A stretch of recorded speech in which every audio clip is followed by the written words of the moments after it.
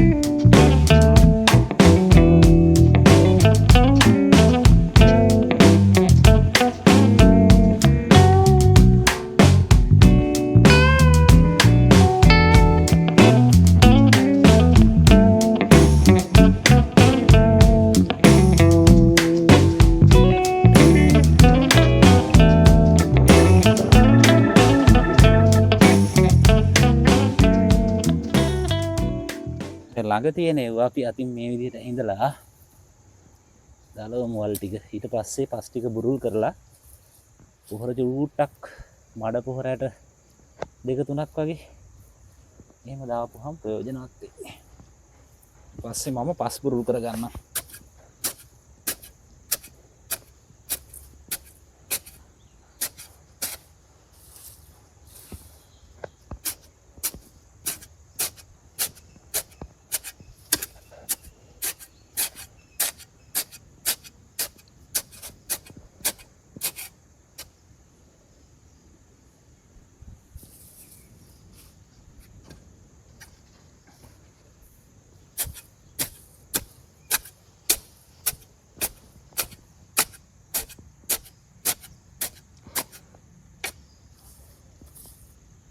පස්සේ යාළුවනේ මම මේ හොයාගත්තා මේ ටික ලොකු මේ විදිහේ කණුවක්.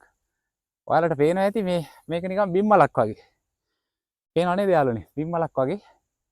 මොකද මේ කොට්ටම ගහක අත්තක් තියෙන්නේ.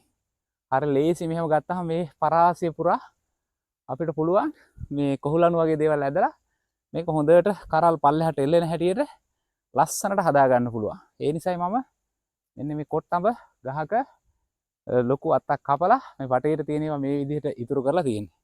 හරි. අපි දැන් මේක පොහොර ටිකක් දාමු.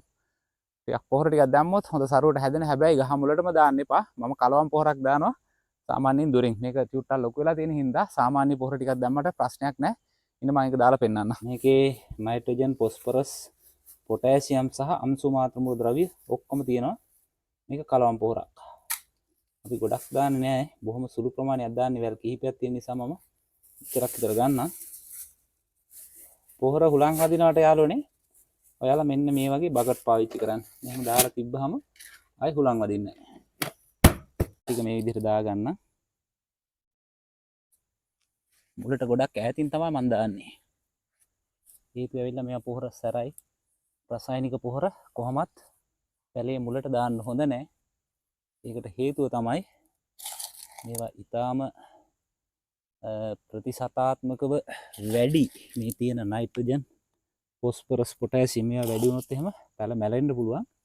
ඒ නිසා ඔය වගේ තමයි අපි දාගන්නේ හොඳටම ප්‍රමාණවත්. පස්සේ අවශ්‍ය නම් මේ වල් පැල වගේ දේවල් තියෙනවා නම් ඒවා අතින් ඔහොම අයින් කරලා තව පුළුවන් පස් ටිකක් ලං කරගන්න ඔහොම. පොහොර ටික වැහෙන්න වගේ අපිට පුළුවන්. දැන් මේක හොඳටම හරි.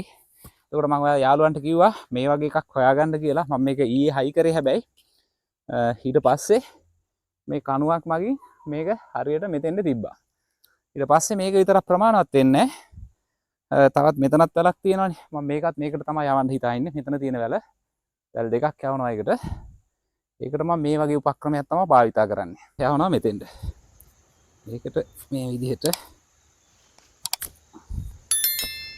හොඳයි. අපි මේක මෙතනින් ඔහොම තියනවා. ඊට පස්සේ අපි මේ වටේට ලණු වලින් ඔතමු යාළුවනේ. අපිට පුළුවන් දැන් මේක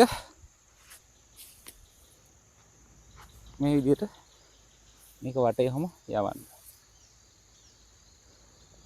කැලේට ගිහිල්ලා තිබ්බේ ටිකක් තැලිලා පොඩි වෙලා තියෙනවා.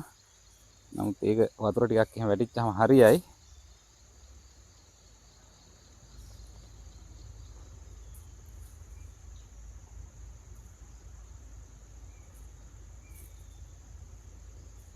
බලන්නකො කැලේට ගිහිල්ලා ටිකක් වැස්ස එක දිගට තිබ්බා. ඉතින් මේකට සාත්‍වක් කරගන්න වෙලාවක් තිබ්බේ නැහැ.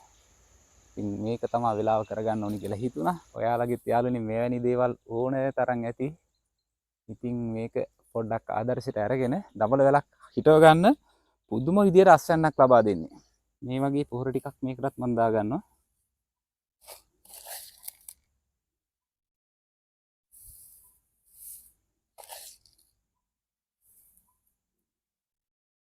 ඊට පස්සේ අපි මේක පස් ටික කොහොම වහලා දාමු. ඔන්න දැන් මේක බොහොම හොඳට තියෙනවා. අපි දැන් මේක වටේට ලණු ටිකක් අදලා වැඩේ අවසන් කරමු.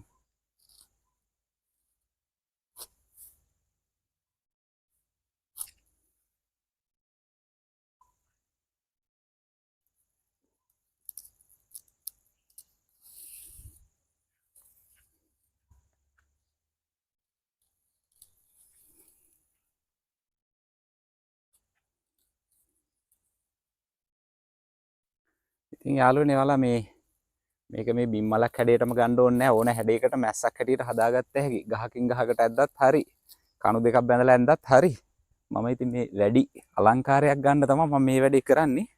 ඉතින් ඔයාලටත් ඒ ඕන හැටියකට වැඩේ කරන්න පුළුවන්. ඉතින් මේ කොහොලුණු කැරල්ලක් රුපියල් 20යි. එච්චර ගණන් නැහැ. මේවා හරි සරල වැඩ. ඉතින් ගෙදරකට වසවිසෙන් තොර දඹල. හරිම වටිනවනේ. දඹල කියන්නේ පුදුම ප්‍රෝටීන් තියෙනවා. ඒ වගේම වෙනත් විටමින් වර්ග තියෙනවා. දඹල වල නැති දෙයක් නැහැ. හැමදේම තියෙනවා. ඒ නිසා දඹල වැලක් හිටව ගන්න එක හැමතෙම හරි වටිනවා. මම කලිනුත් වීඩියෝ එකක් ගෙනාවා. ඒක විශාල ලක්ෂයකට ආසන්න ප්‍රමාණයක් බලලා තිබ්බා වීඩියෝ එක. ඒ දඹල වගාව ගැන. ඒකත් ආදර්ශයට ඕනනම් ගන්න බලන්න මොන තරම් හැදුනද කියලා. අනිවාර්යයෙන් මේ පාරත් ඒ වගේම හැදෙනවා. අයි දෙකක් නැහැ. මම මේ දඹල වැලක් දෙකක් හිටව ගන්න හැම අවුරුද්දෙම මම මේ කරන වැඩක්.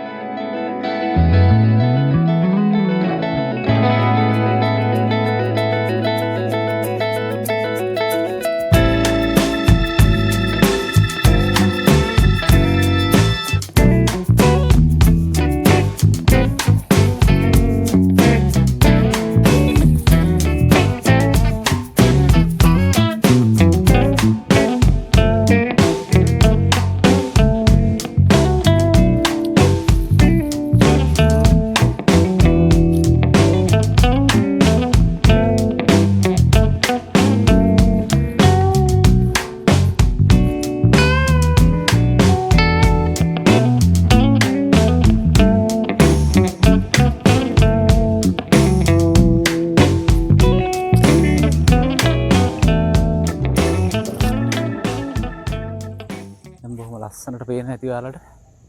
අපි මේකෙනුත් දර්ශනයක් ගමු මේ යට ඉඳන් උඩට.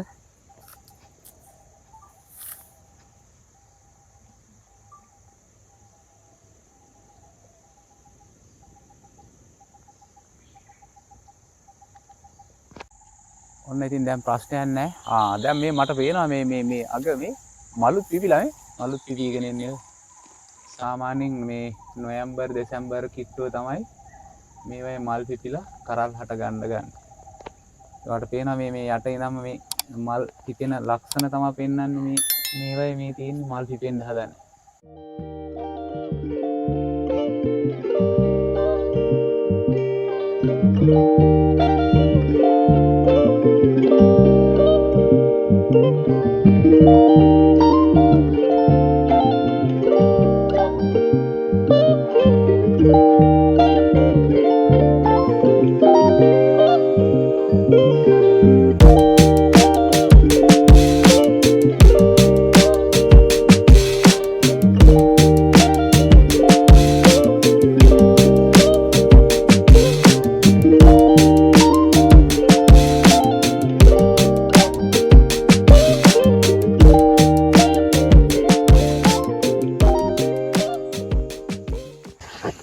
යාළුවනේ ඔන්න අවසාන වශයෙන් පෙනුමෙන්නේ ওই විදිහට මං හදපු එක. දඹල වැල් 4ක් තියෙනවා. ගෙදරකට වැඩි ඒ වුණාට. ගෙදරකට 2ක් ඇති හොඳටම. මේක බිම්මලක් වගේ හැදෙයි. අරක ඉතින් එක විදිහක් නැහැ. ඔයාලට අනිවාර්යයෙන්ම වීඩියෝ එකක් ගේනවා. මේ කෙටි වීඩියෝ එකක් හරි ගේනවා. මේක කරල් හැදිච්චා ලස්සනට. ඉතින් යාළුවනේ මේ දඹල කියලා කියන්නේ විශේෂයෙන් හැමෝටම ගුණදායි එළවලුවක්. ඇත්තටම කියනවා නම් මේකේ නැති පෝෂක පදාර්ථයක් නැහැ. විශේෂයෙන් ප්‍රෝටීන් තියෙනවා, වෙනත් විටමින් වර්ග තියෙනවා. ඒ සියල්ල අඩංගු වෙනවා. ඒ නිසා අංග සම්පූර්ණ එළවලුවක් හැටියට මම මේ දඹල හඳුන්වනවා. මම නම් අවුරුද්දේ හැම කාලෙකම දඹල වැලක් දෙකක් හිටවගෙන මෙයා කරනවා. මේවයි කොල කන්නත් පුළුවන් මැල්ලුමක් හදලා. එහෙම නැත්නම් මේ හැදෙන කරල් අපිට ඉතාම ප්‍රයෝජනවත් වෙනවා. මම හිතන්නේ ඔබත් මේ වගේ අතහැරලා දාලා තියෙන දඹල වැල් පැලවිච්ච ඒවත් ඇති, අතහැරලා දාපු ඒවා ඇති. එහෙම නැත්නම් අලුතෙන්ම වගාවක් විදිහට පටන් ගන්නත් පුළුවන්. මහා ලොකු වැඩක් නෙවෙයි. දඹල වැල් දෙකක් මේ විදිහට ඉඳගෙන මේක පුරා කරල් එල්ලිලා තියෙනවා. ඔයාලා දැකලා ඇති මම කලින් වීඩියෝ දාලා තියෙනවා වැල් දෙක තුනක් හදලා මේවයි කරල් එල්ලිලා මම අස්වනු නෙලනවා. විශාල ප්‍රමාණයක් හැදෙනවා.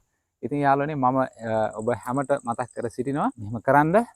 ඉතින් එහෙම ඔයාලත් මේකේ ප්‍රතිඵල විඳින්න වස විසින් තොර ආහාර තමයි අපිට වටින්නේ. අපි දන්නේ වෙළඳ පොලේ තියෙන ඒවා මොන වගේ දේවල් වලින් අපිට ළඟට එනවද කියලා. එහෙනම් යාළුවනේ මගේ channel එක මේ වෙනකල් subscribe කරලා නැත්නම් subscribe කරලා මට සහයෝගයක් දෙන්න. bell icon එක click කරන්න. මේ වගේ වීඩියෝ අර ළඟටම එනවා. ඒත් එකම like කරන්න, comment කරන්න. එහෙමනම් අද දවසට මම ගිහිල්ලා එන්නම්. ජයග්‍රාහී දවසක් ඔබ හැමට.